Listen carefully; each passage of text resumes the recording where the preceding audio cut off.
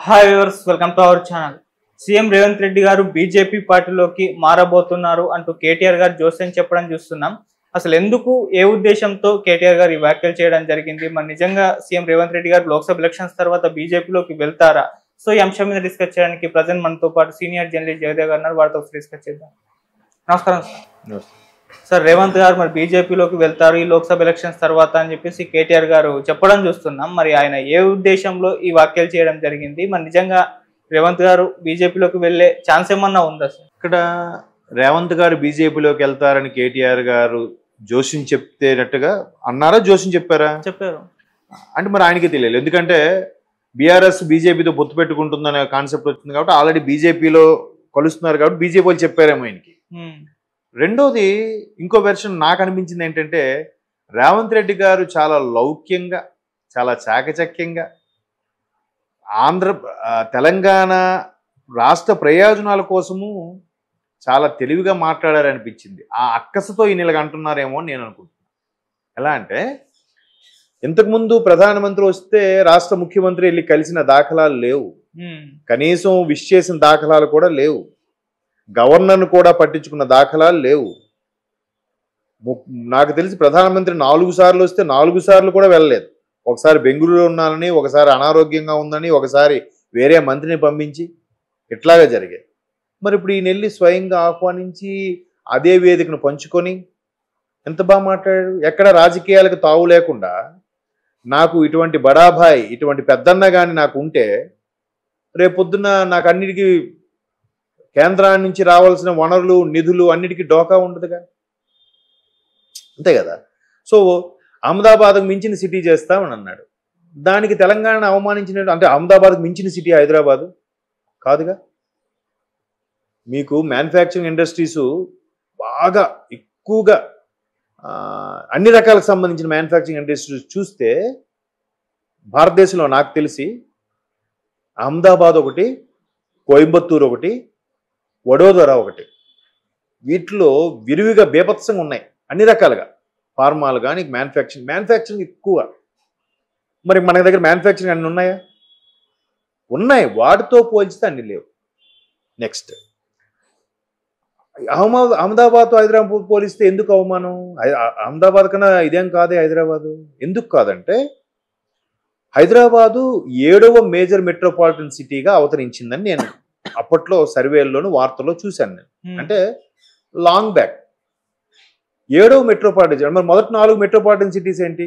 అది కూడా మెట్రోపాలిటన్ కూడా కాదు, మేజర్ మెట్రోపాలిటన్ సిటీస్. మొదటి 4 అందరికీ తెలిసింది ఏంటి? ఢిల్లీ, కోల్కతా, ముంబై, తర్వాత చెన్నై. ఈ 4 స్వతంత్రం రాకముందు నుంచి కూడా మెట్రోపాలిటన్ మహానగరాలు ఇవి. దాని తర్వాత అవతరించిన నగరాల్లో అహ్మదాబాదు, ఆ తరువాత బెంగళూరు, 7వది హైదరాబాద్ కదా. మళ్ళప్పుడు హైదరాబాద్ని దానికన్నా పెద్ద సిటీతో కంపేర్ చేస్తే తప్పే ఉంది. దట్టు రేవంత్ రెడ్డి గారు అన్న మాట ఏంటంటే, నరేంద్ర మోడీ గారు గుజరాత్కి 3 సార్లు ముఖ్యమంత్రిగా చేశారు. ఆ 3 సార్లు గుజరాత్కి ఏవి కావాలో అన్ని పట్టుకెళ్ళి ఆయన ప్రాజెక్టులు, గేజెక్టులు అన్నీ ఏది కావాలంటే గుజరాత్ని ఇలా చూపించాడు మ్యాప్లో. మీరు నమ్ముతారో లేదో, చాలా వరకు మ్యానుఫ్యాక్చరింగ్ స్కేల్స్ వాటికి ఇప్పుడు చైనా ఉంటుంది కంటే చైనా తర్వాత ఎక్కువగా కనబడేది గుజరాత్ మ్యాప్ కూడా ఉంటుంది, మీరు అబ్జర్వ్ చేయండి. అన్ని మ్యానుఫ్యాక్చరింగ్ ఉంటున్నాయి అక్కడ.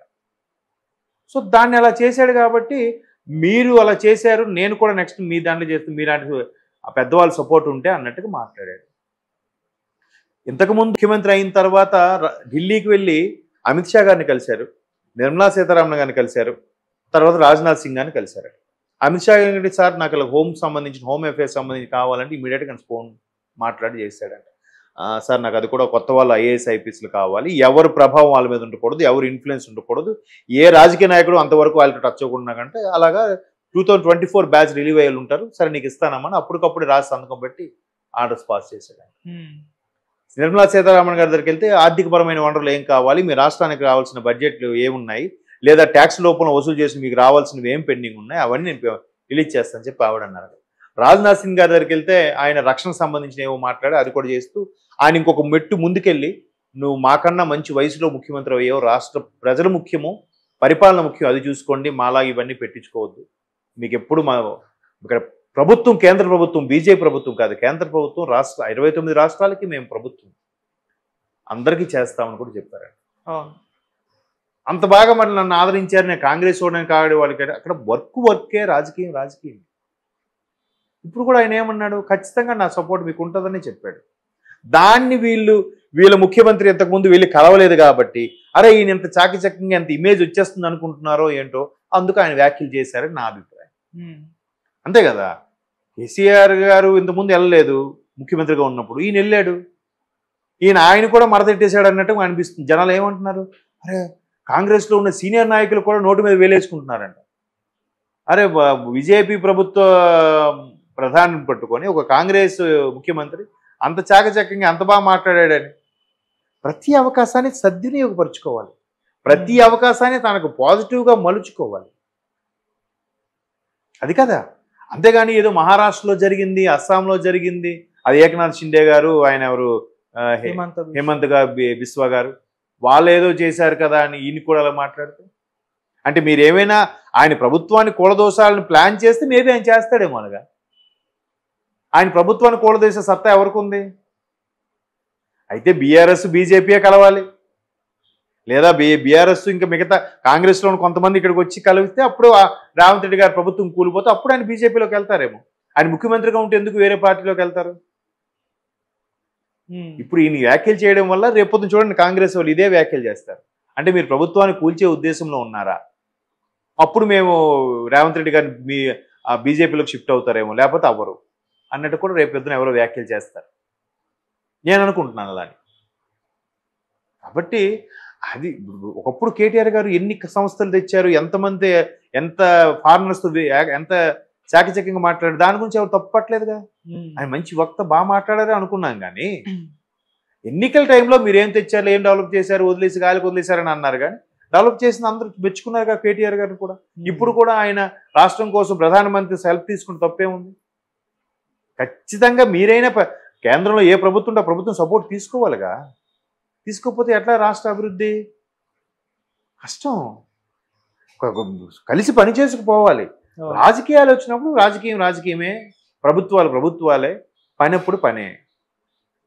నాకైతే రేవంత్ రెడ్డి గారికి ఇమేజ్ వచ్చేస్తుంది అని అక్కస్తో మాట్లాడినట్టే అనిపించింది నాకైతే. అంటే సార్ కేసుల నుంచి తప్పించుకోవడానికి కూడా రేవంత్ గారు బీజేపీతో ఇంత ఫ్రెండ్లీ రిలేషన్షిప్ మెయింటైన్ చేస్తున్నారన్న విమర్శలు కూడా చేయడం చూస్తున్నాం. మరి దీన్ని ఏ విధంగా చూడొచ్చు అంటారు? ఇప్పుడు రాజకీయంలో అది కూడా అయినా అయ్యుండొచ్చు. ఫస్ట్ థింగ్ బయటికి బాహాటంగా చెప్పేది ఏంటంటే రాష్ట్ర ప్రయోజనాల కోసమని, తెర వెనక అలా ఆయన అలా ప్లాన్ చేసుకుంటున్నాడేమో. మీకు ఎలా తెలిసింది అంత బాగా ప్లాన్ అని? మీరు కూడా అప్పుడు అంతకుముందు కవిత గారు అరెస్ట్ అన్నారు, ఏమైంది? ఇప్పుడు బీజేపీతో పొత్తు అంటున్నారు, లోక్సభలో పొత్తు పెట్టుకుంటే కవిత గారు అరెస్ట్ ఉండదని అంటున్నారు. అవి కూడా నిజమేనా? మరి తప్పేముంది? అంటే ఎవరి ప్రయోజనాలు వాళ్ళవి అంటున్నాను నేను. ఎవరు స్వార్థ ప్రయోజనాలు వాళ్ళవి, ఎవరు లాజిక్ వాళ్ళవి, ఎవరు ప్లాన్స్ వాళ్ళవి, ఎవరు ఎథిక్స్ వాళ్ళవి. మేబీ అయితే అయ్యుండొచ్చు. మరి ఇదే ప్రభుత్వం వీళ్ళని అరెస్ట్ చేసింది కదా నోటుకు ఓటు కింద, మరి దీని మీద తీర్చుకోవాలంటే ఏదో ఒకటి చేయాలిగా, ఎవరో సపోర్ట్ తీసుకోవాలిగా. కాబట్టి తప్పు వాళ్ళతో ఉంటే ఇప్పుడు మంచిగా ఉండడంలో తప్పేం లేదు కదా. మేబీ ఆ కేసుల కోసం డిఫెన్స్ అనుకోవచ్చు, బట్ బయటికి మాత్రం రాజకీయ పరంగా ప్రజల కోసం అని కూడా చెప్పచ్చు. సాధ్యమే. ఇప్పుడు బీజేపీ వాళ్ళు కూడా చూడండి, ఆయన మోడీ గారిని ఒకప్పుడు ఛాయ్ వాలా అన్నాడు ఒక పెద్ద మనిషి. వెంటనే ఏమన్నాడు, నిజమే నా తండ్రిని గుర్తు చేశారు, నిజంగానే టీఎంఏ వాడిని కొడుకునే, మా పార్టీలో మా ప్రభుత్వంలో ఒక టీఎంఏ వాడి కొడుకు కూడా ప్రధానమంత్రి అవ్వచ్చు, మాకు అంత స్వేచ్ఛ ఉంది మా పార్టీలో, మీకుందా అని అన్నాడు. దాన్ని కూడా పాజిటివ్గా మార్చుకున్నాడు. నిన్నటికి నిన్న లాలూ ప్రసాద్ యాదవ్ ఏమన్నారు మోడీ గారిని, ఆయనకి ఎవరూ లేరు, సింగిల్గా ఉన్నాడు, ఆయన ఏం చేస్తాడు, సాధక బాధ కష్టం తెలిస్తే కదా చేస్తాడంటే, అవును నా కుటుంబం లేదు, ప్రజలే నా కుటుంబం, సో ప్రజలను నేను బాగు చేయాలనుకుంటున్నాను అని దాన్ని కూడా పాజిటివ్గా మార్చాడు ఆయన కదా. సో రేవంత్ రెడ్డి గారు కూడా పాజిటివ్గా మార్చుకుంటున్నాడు. ప్రధానమంత్రి మేరా బడా భాయ్ అన్నాడు అంతే, నా పెద్దని సపోర్టు నాకు తిరిగే ఉందిలే అన్నట్టు మాట్లాడాడు. రాజకీయంగా కత్తులు నూరుకోవచ్చు, ఇలా ఉంటే తప్పేముంది?